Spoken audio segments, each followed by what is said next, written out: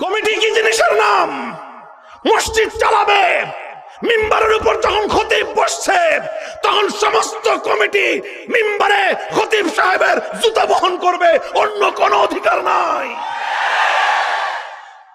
যে মসজিদের মিম্বারে খতিব বয়ান দিতেছে আর এক বেটা মাঝখান থেকে কথা বলছে বলে হুজুর ধমক দিছে, আরেকজন পরিচয় দেয় কি কমিটি। হুজুর বলছেন কমিটি কি জিনিসের নাম? খতিব সাহেবের সামনে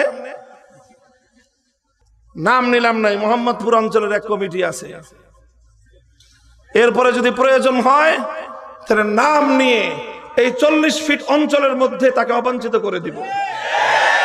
আলেম ওলামাদের আভ্যন্তরীণ বিষয়ে 2 পয়সার মালিক হয়ে এসে মধ্যখানে তোমরা দখলদারি করো।